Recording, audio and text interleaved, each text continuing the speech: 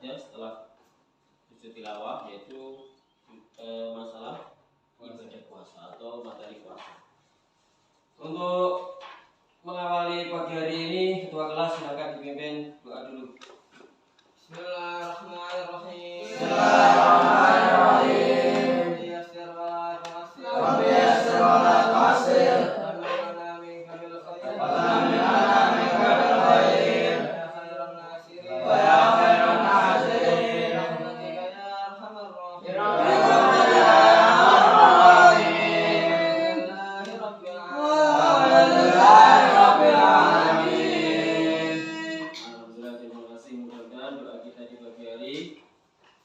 Memberikan kemudahan kita dalam memahami materi tentang bab puasa.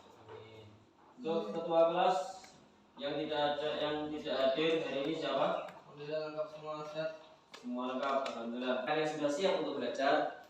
Coba saya bilang kanan, angkat tangan kanan. Saya bilang kiri, angkat tangan kiri.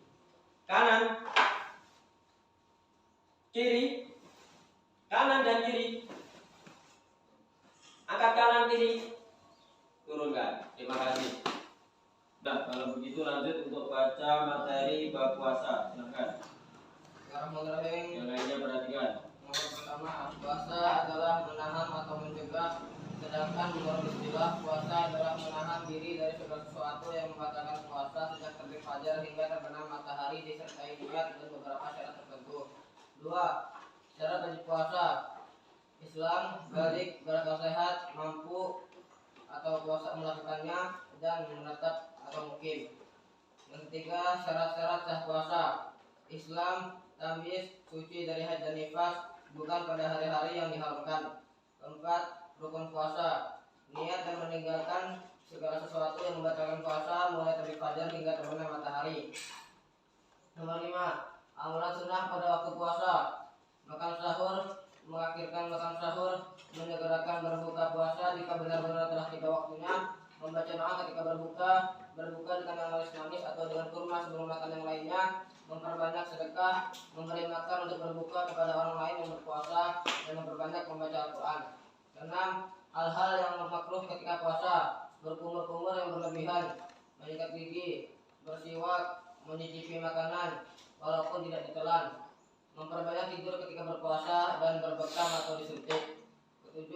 Hal-hal yang dapat membatalkan puasa yaitu makan dan minum dengan sengaja, murtad keluar dari agama Islam, busa tubuh atau melakukan hubungan suami istri pada siang hari, keluar darah haid atau nifas, keluar air mani atau mani yang disengaja, merubah niat puasa, dan hilang akal karena mabuk, pingsan, gila.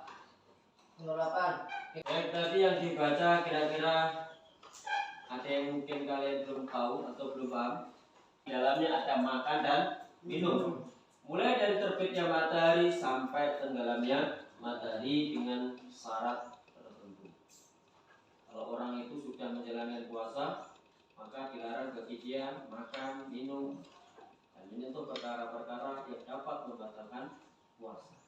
Itu harus ditinggalkan agar puasa kita betul-betul sah dan diterima oleh Allah Subhanahu wa Ta'ala. Jika puasa kita batal, maka ya kita wajib mengqadha puasa itu apabila puasanya adalah puasa wajib. Kalau puasa sunnah bagaimana? Ya enggak perlu qadha. Kalau mau puasa sunnah kita lakukan di hari yang diperbolehkan melakukan puasa sunnah. Kemudian wajib puasa atau syarat wajib puasa. Siapa saja yang berhak melakukan puasa? Yang pertama adalah orang Islam. Kedua, memiliki akal yang sehat. Berarti orang ini bukan gila, bukan mabuk, bukan pingsan. Kalau orang gila, orang mabuk, orang pingsan itu orang yang akalnya tidak sehat. Kemudian berbadan sehat, bukan orang sakit, badannya kuat, fisiknya kuat. Itu termasuk orang sehat. Tapi kalau orang itu sakit, maka tidak ada.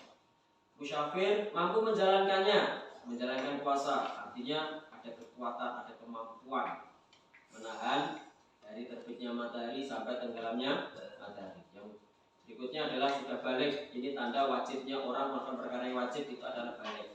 Kalau orang laki-laki baliknya itu usia 13 tahun, 15 tahun. Tapi kalau orang perempuan umumnya 9.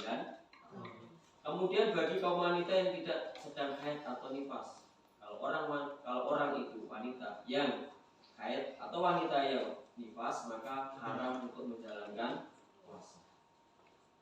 Kemudian macam-macam puasa wajib. Puasa wajib itu ada 3. Yang pertama adalah puasa Ramadan, puasa nazar, dan puasa kafarah. Puasa Ramadan itu adalah puasa yang wajib dilaksanakan karena datangnya bulan suci Ramadan. Ya ayyuhalladzina amanu kutiba alaikumusiyam kama kutiba alal ladzina min qablikum la'allakum kewajiban bagi setiap orang Islam. Bagi setiap orang Islam, puasa Ramadan hukumnya adalah wajib. Berapa hari? 30 hari. Bagaimana cara menentukan masuknya awal Ramadan? Maka ini ada 3 cara. Yang pertama dengan ru'yatul hilal, yang kedua dengan cara istiqmal, yang ketiga dengan cara hisab. Hisab itu adalah perhitungan, menghitung putarannya matahari dan putarannya bulan, kemudian ketemu kapan jatuhnya tanggal 1 Ramadan dan akhir bulan Ramadan. Hisab itu dihitung dengan ilmu falak, ilmu perbintangan. Tapi sebelum masuk hisab, biasanya di negara kita dan negara-negara yang lain itu menggunakan ru'yatul hilal. Ru'yatul hilal itu melihat munculnya bulan sabit dengan menggunakan alat yang sudah canggih, namanya adalah teropong. Pada akhir bulan Sa'ban, maka semua tim yang rokong bulan itu sudah menyiapkan posisinya untuk melihat apakah ini sudah muncul bulan sabit atau belum. Kalau sudah muncul bulan sabit walaupun kecil dan cepat kemudian hilang, maka kesaksian itu sudah disahkan dan dinyatakan bahwa tanggal 1 Ramadan jatuh pada hari ini, maka mulai malam sudah disunahkan menjalankan sholat tarawih dan besoknya diwajibkan untuk puasa. Kemudian puasa nadar, puasa wajib. Yang kedua adalah puasa nadar, puasa yang dilakukan karena sudah menepati janji. Janjinya apa? Ya janjinya terserah. Contoh misalkan kamu berjanji kalau saya naik kelas 3 maka saya akan puasa nadar. Dan itu terbukti kamu naik kelas 3, maka nadar kamu yang mau puasa 3 hari wajib kamu lakukan. Jika tidak, maka kamu akan berdosa. Kemudian puasa wajib berikutnya adalah puasa kafarat. Itu adalah puasa yang dilaksanakan karena adanya denda. Denda yang bagaimana? Karena orang sudah melakukan suatu kesalahan. Contoh berangkat haji. Nama hajinya adalah tamattu. Setiap orang yang mengerjakan haji tamattu maka wajib dikenai denda. Nah, damnya itu harus potong 1 ekor kambing dibagikan kepada fakir miskin. Kalau dia tidak mampu melakukan dam karena tidak ada ongkos, tidak ada uang, maka wajib bagi dia puasa selama 10 hari. 3 hari dilakukan di tanah suci, 7 hari dilakukan pulang dari tanah suci atau dikerjakan di negaranya. Itu namanya adalah puasa kafarat.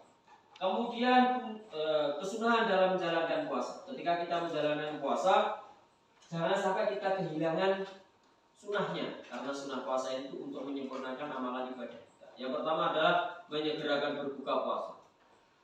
Kalau sudah betul-betul masuk tanda berbuka, maka segera kita untuk membatalkan puasa. Jangan ditunda-tunda, karena ditunda-tunda itu menyebabkan kemakruhan, tidak diperbolehkan, tidak disunahkan. Kemudian berdoa ketika berbuka puasa. Saya yakin kalian sudah paham, sudah hafal. Sekarang serentak coba dilafalkan doa puasa 2 kali. Silakan. Allahumma laka sumtu wa bika amantu wa la rizqika afqaltu bi rahmatika ya arhamar rahimin. Allahumma laka sumtu wa bika amantu wa la rizqika afqaltu bi rahmatika ya arhamar rahimin. Kemudian menggosok gigi pada pagi hari itu juga diperbolehkan. Selagi sisa-sisa makanan yang menempel pada gigi jangan sampai ditelan, nanti dapat membatalkan puasa. Kemudian sholat lail. Sholat lail itu sholat sunnah, termasuk di dalamnya ada sholat tarawih, sholat tahajud, sholat tasbih dan lain sebagainya. Kemudian perkara yang membatalkan puasa yang pertama adalah makan dan minum dengan disengaja. Apa itu? Nah, sedikit lah banyak makan, kalau minum disengaja maka puasa total batal. Bersetubuh, kemudian muntah. Bersetubuh ini hubungan antara suami dan istri di siang hari, tidak boleh punya. kafaratnya kalau ada orang yang berhubungan badan di siang hari, dia wajib puasa 2 bulan berturut-turut. Itu kafaratnya. Hukumannya seperti itu. 2 bulan berturut-turut nggak boleh dijeda. Kalau 1 hari, 7 hari misalkan sudah dapat 7 hari, kemudian batal 1 hari, dia wajib mengulangi puasanya dari awal. Sudah dapat 1 bulan batal, wajib ulangi lagi dari awal. Kemudian muntah dengan disengaja, keluar mani dengan sengaja. Kalau keluarnya tidak disengaja, maka tidak batal. Kamu tidur siang hari, kemudian mimpi ketemu bidadari, keluar mani. Walaupun yang keluar sedikit atau yang keluar banyak, mungkin kanan kiri basah semua. Kalau tidak disengaja keluarnya, maka tidak. Keluarnya darah haid atau nifas khusus bagi wanita. Kemudian gila, ayam dan pingsan, itu semua dapat membatalkan puasa. Kemudian orang yang diperbolehkan untuk tidak puasa tapi wajib qada dan wajib membayar fidyah. Yang pertama adalah orang yang sakit, yang tidak kuat untuk berpuasa karena sebab sakitnya, kalau tidak minum obat, tidak istirahat yang cukup, tidak makan ini dan itu, maka sakitnya akan semakin parah bahkan menyebabkan kematian. Itu boleh untuk tidak puasa tapi wajib mengqadanya. Kemudian orang yang sedang berpergian jauh, musafir, satu contoh santri Al-Fatah pulang ke rumahnya pada bulan Ramadan. Ada yang rumahnya Aceh, Medan dan sebagainya, yang mana ditempuh dengan waktu yang sangat lama, jauh. Ini boleh untuk tidak berpuasa dengan tujuan dalam perjalanan kita biar aman, tidak terjadi apa-apa. Kemudian orang yang sudah tua, sudah lanjut usianya, 100 lebih mungkin, maka boleh untuk tidak puasa karena faktor fisik yang tidak memungkinkan dia bisa puasa. Maka dia wajib membayar fidyah. Bagi dia tidak wajib qada tapi wajib membayar fidyah. Kemudian orang yang sakit menaun, yang tidak jelas kesembuhannya, ini boleh untuk tidak puasa tapi dia wajib membayar fidyah. Nah, fidyah itu setiap hari dikeluarkan dan diberikan kepada fakir miskin. Berapa jumlahnya? 3/4. Kemudian wanita yang hamil dan menyusui, ini kalau menurut mazhab Imam Syafi'i, wanita yang hamil yang khawatir atas dirinya sendiri maka wajib qada. Wanita yang hamil khawatir atas dirinya dan juga khawatir terhadap kandungannya maka wajib qada juga. Tapi kalau wanita yang hamil khawatir atas kandungannya saja, tidak khawatir atas dirinya, maka wajib qada dan wajib membayar fidyah. Fidyahnya ya seperti tadi, bayar 3/4 beras diberikan kepada fakir. Kemudian perkara yang dimakruhkan ketika puasa, termasuk di dalamnya adalah mencicipi makanan. Sedikit atau banyak mencicipi makanan itu hukumnya makruh. Kalau ditelan bagaimana? Malah batal. Kemudian makruh berikutnya adalah tidur yang berlebih-lebihan. Pagi tidur, siang tidur, sore tidur, habis asar tidur. Bukanya meleknya itu ketika mau berbuka, maka tidur yang begitu banyak itu dimakruhkan. Kemudian puasa pada hari Jumat, apabila puasa hari Jumat ini tidak digandeng dengan puasa pada hari sebelumnya, yaitu hari Kamis ataupun hari sesudahnya, yaitu hari Sabtu. Kalau hanya puasa hari Jumat tak hukumnya. Kemudian puasa sunnah pada paruh kedua bulan Sya'ban, kemudian dia puasa, maka itu hukumnya. Kenapa kita dianjurkan untuk berpuasa? Apa itu hikmahnya? Hikmah berpuasa adalah sebagai ungkapan rasa syukur kita kepada Allah Subhanahu wa Ta'ala, dapat meningkatkan iman dan takwa, kemudian menumbuhkan rasa solidaritas, melatih kesabaran, menahan hawa nafsu itu kan termasuk melatih kesabaran, kemudian melatih kedisiplinan dan melatih keterampilan dalam kehidupan kita sehari-hari.